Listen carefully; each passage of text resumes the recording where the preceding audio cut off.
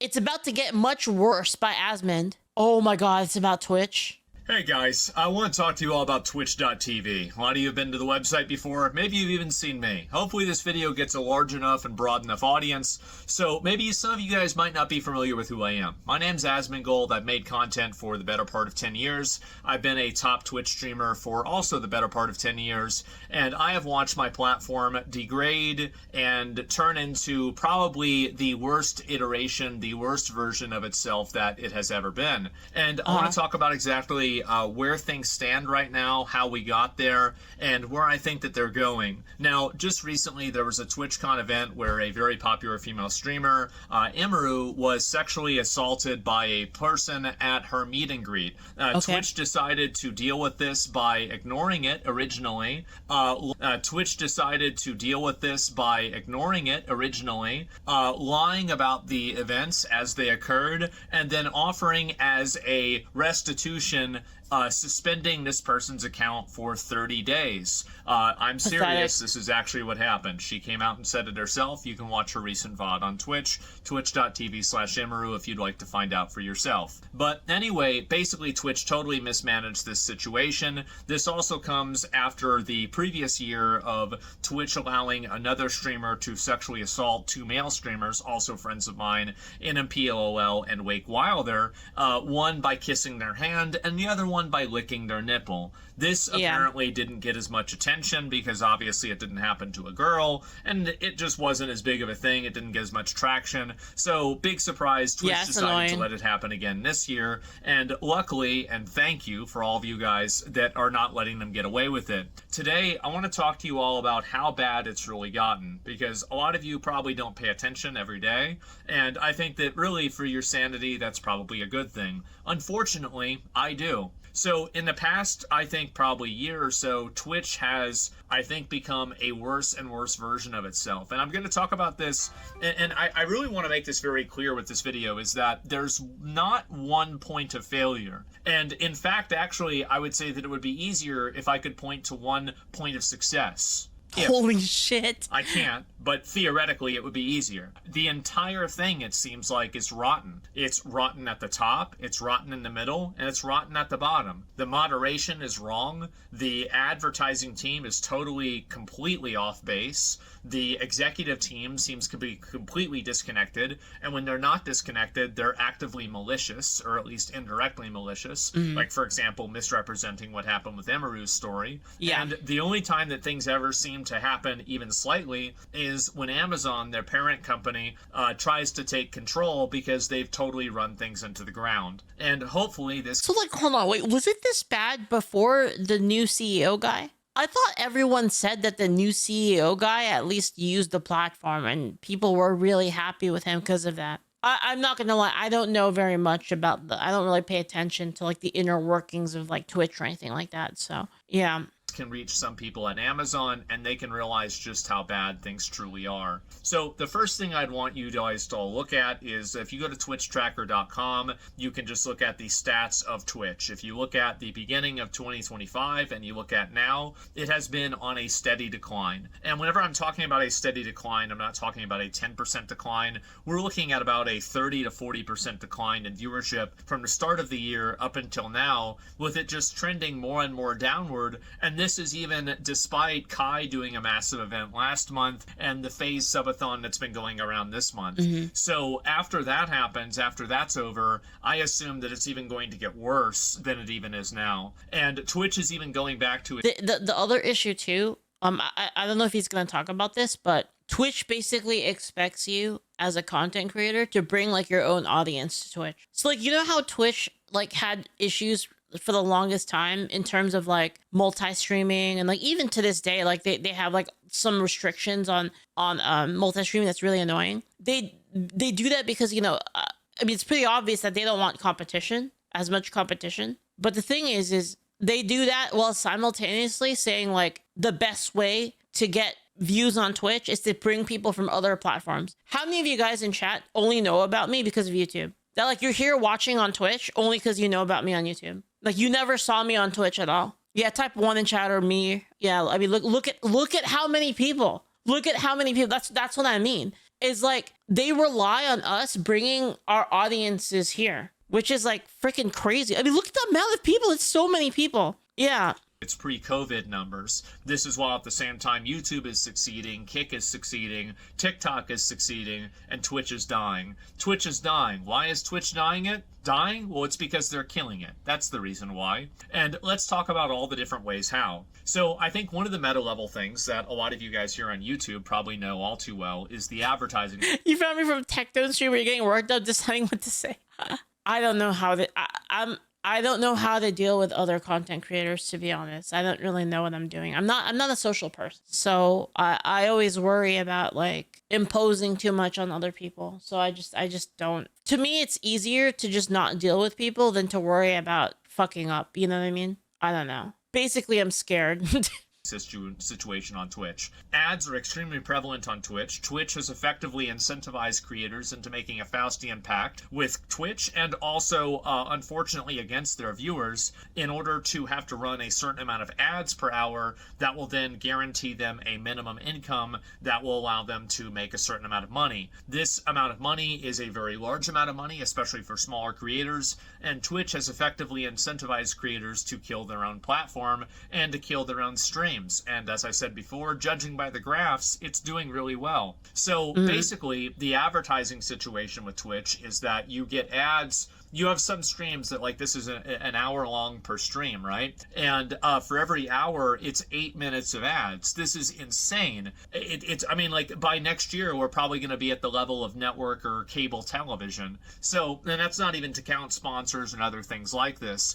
Twitch has constantly been behind in terms of technological advancements. They've decided to lock the, renowned feature of being able to, believe this, rewind a stream. They've decided to paywall the ability to rewind a stream without any sort of problems or having to go back to the VOD. So that's the way that they think about their product, and that's how much they care about you as a viewer. So while they're not spamming you with ads or allowing you to watch other types of perverse, deranged content, or also making you sit through a stream that has horrible quality, they're making you have to go back and rewind by opening up a second page. So Twitch recently has claimed to do something about the viewbot situation. Well, anybody, I'm not going to name names, okay? But we all know who's viewbotting. There are a lot of people who are still viewbotting at massive degrees, and Twitch has done effectively nothing. But one of the things that they have done is they have effectively killed the careers of a number of small streamers. I'm talking about streamers that are getting 20 viewers. Yeah, didn't they did multiple things. Like, they set it up so you don't count as a view unless you chat or something like that. I don't know like the exact details, but it fucked over whatever the change they did. Fucked over a lot of small creators because people can't really lurk as much anymore. It just basically nuked a certain percentage of people because I don't know, like I'm the type of person, and I totally get this because I'm the type of person who I will watch streams and not talk. I'll just watch it on my TV. And it doesn't mean I'm not watching the stream. It just means I'm not talking. I don't chat because I'm literally watching it on TV. And now they've been nerfed down to 4. I'm talking about streamers that used to get 200 and now they're getting 20 or 40 or something like that. And for a creator like that, that's you have rough. the difference What the between hell? a part-time job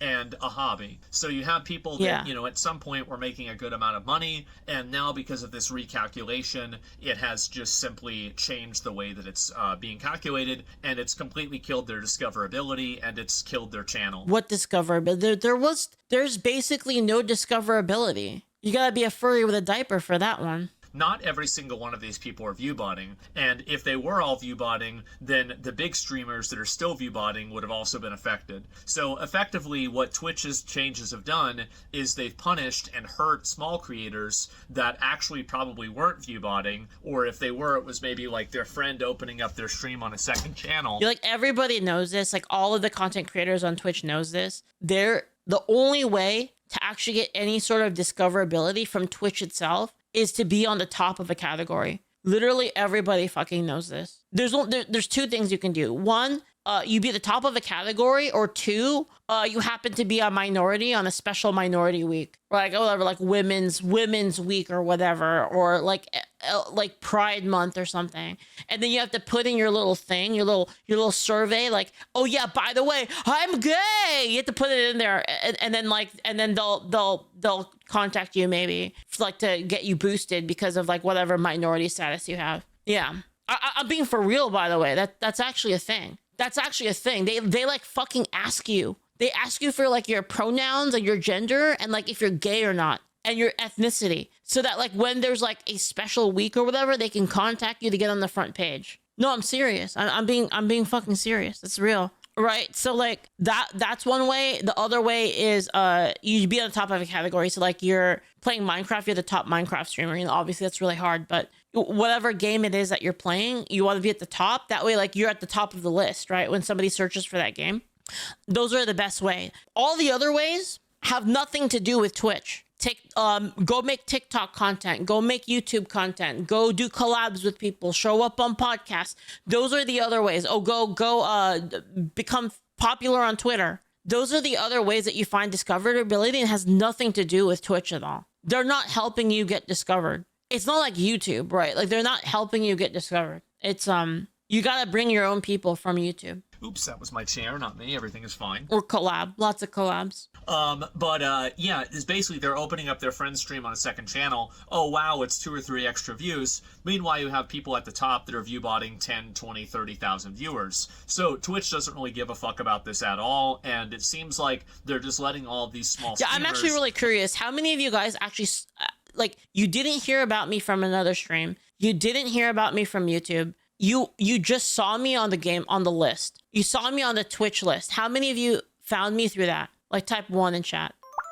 1, 2, 3, 4. Oh, Julio, that was a big get, man. Okay, there's a couple of people. That's more than I thought. It's still not like a lot, right? Compared to YouTube. Yeah. What category, out of curiosity? What category did you even find me in? Main feed, Cure Charade. Let their careers pretty much go by the wayside. And that's all at the same time, by the way, that nobody is getting banned for viewbotting. They're not trying to like, blacklist certain accounts with obviously that are viewbotting. They're not doing anything like that at all. So they've just let this situation get worse and worse and worse. And by trying to fix it, they've ended up punishing the lifeblood of what their community is. He turned Asian for a second, guys.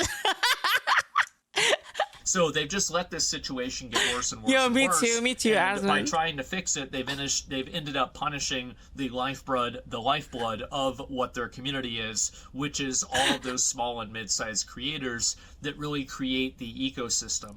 Twitch is a lot like a rainforest or any sort of a forest or something like that, where you have the very large sequoia trees, you've got the big trees, you've got the Kais, you've got the Hassans, you've got the Mies, you've got the XQCs, you've got the Jinxies, but you also need the shrubs, you need the smaller trees, you need the flowers, you need the mushrooms, and you need all the little bugs that are in between. And if you don't have that entire ecosystem, those big trees will also begin to die. And that's what we're seeing happening. Yeah. You're seeing everybody's viewership going down. This is the same thing with like esports. Like esports is the same thing where you need like the ecosystem of like regular players in order to like support all of the big pro players. I keep having to explain this to like freaking esports people.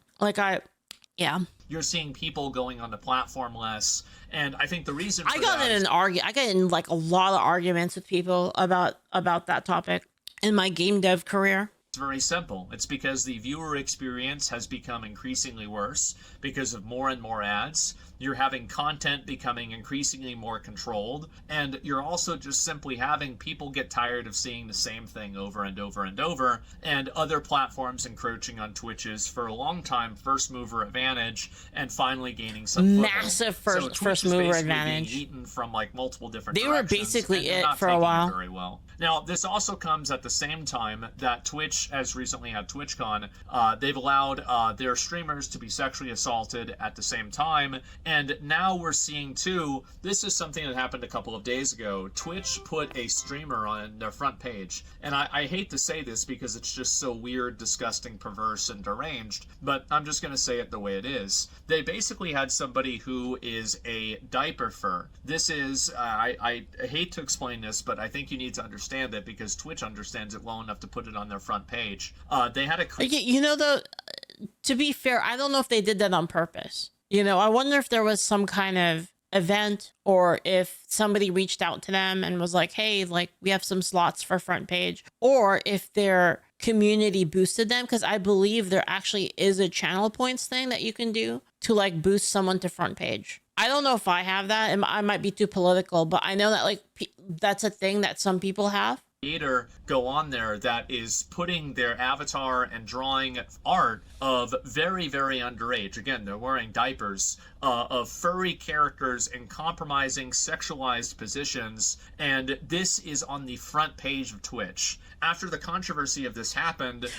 This is a good point, though, is even when they found out about it, 1-day ban. So yeah, that is a really good point. Obviously, this person was suspended, and then they were unsuspended for a day later. Less than a day later, you had a person who is a borderline furry pedophile that has been unbanned on Twitch that is drawing art of compromising positions of very, very deliberately underage characters. They've been banned for under 1 day. And so that's happening. This is happening right now. They are unbanned at this very moment. And this is also on top of, some of these things are so ridiculous and so bad. I don't even want to bring this up, but we've had obvious terrorist promotion that's been going on Twitch. We've had people make calls to kill other streamers or make, there was a person that said that if you, if there's somebody that lives in Florida, he's got $100,000 for you. If,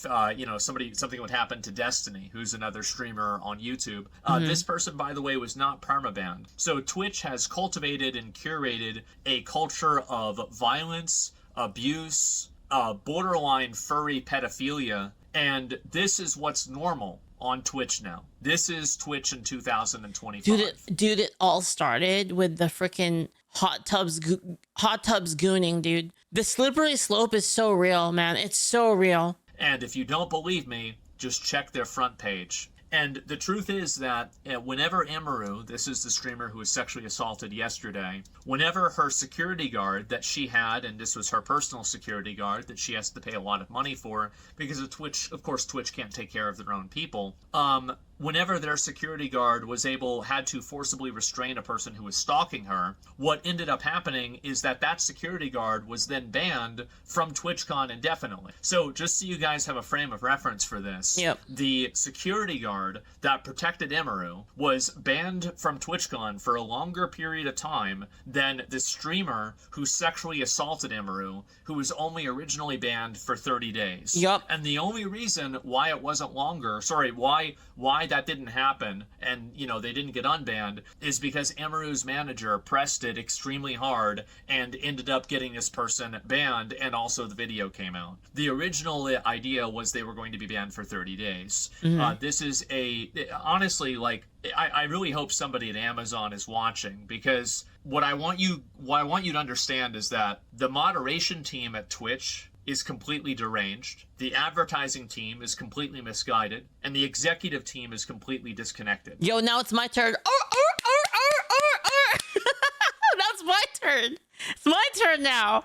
At all levels of this organization, they fail. And we're in a situation now where it's gotten so bad that people's real lives and livelihoods are being affected by this. You can say that, oh, it doesn't matter, it's just words on a page or whatever, but when you have conventions, I think this is going to be the last TwitchCon, by the way. I cannot imagine anybody ever even thinking to go to another TwitchCon after this. This is it. It's over. Why the fuck would anybody go to a TwitchCon after the second and... But what if they pay people? What if they pay people to go to TwitchCon? Then they might there's money. Also, by the way, as a streamer, these are things that I hear about a lot. Other people have been sexually assaulted at previous TwitchCons.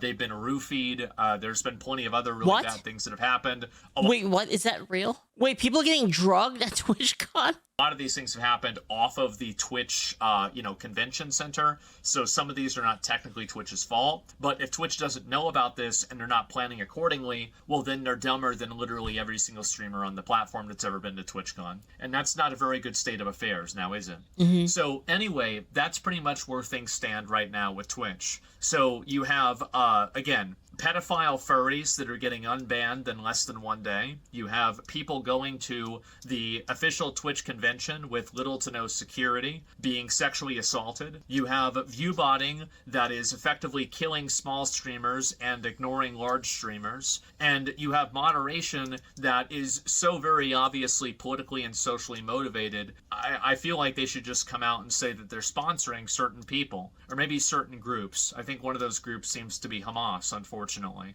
And the truth is that I don't really see this getting any better until people actually start speaking out about it. Well, nothing's gonna happen. Nothing's gonna happen if there's no consequences. There's no accountability. Nothing will ever happen because they have no reason to change. If they can get away with everything, then like why change? You have no reason. And that's why I want to make this video and really explain the extent of how bad this is. Because I know that people can see the Emiru clip, or they can see the furry clip, or they can see, the executives at Twitch trying to pretend to be influencers rather than actually doing their job. But I think that what really is condemning is the fact that all of these things are happening at the same time. They're happening at the same time. They're being actively protected. And this is the last thing that I want to end with, and the main thing that I want to talk about, is the fact that Twitch, whenever this event happened yesterday, Twitch lied about the way that the event happened. They explicitly lied. It is verifiable. You can literally look at video and you can see that it's not true. And the reason why they're doing this is because they're trying to minimize the situation. Twitch is a platform that only cares about optics. Their moderation team has never had any principles, but now the principles that they do have are not principles. They're now weaponized. And the platform is degrading.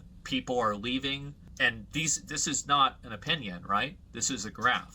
Woke leftist, am I right, Chad? I mean, where's the lie? This is what the graphs are showing. And I don't really see it getting any better. So I'm making this video as a plea to anybody that has any sense, anybody at Amazon, anybody that has any awareness. Please get this shit under control. Something needs to happen before this website kills itself. It's basically already killed its main big event, and I don't know where things are going to be next year. It's really sad. I've been on Twitch now for probably a little bit under 10 years now, and I've been, well known on Twitch for quite a while also. And it's sad to see such a deliberate and unnecessary thing happen to a platform that I've been streaming on for such a long time. I'm really sad to see it, and I wanted to make a video and talk about this because I feel like a lot of other people in my position don't really want to. They don't want to rock the boat for whatever other reason. And YouTubers do it, but they're not streamers.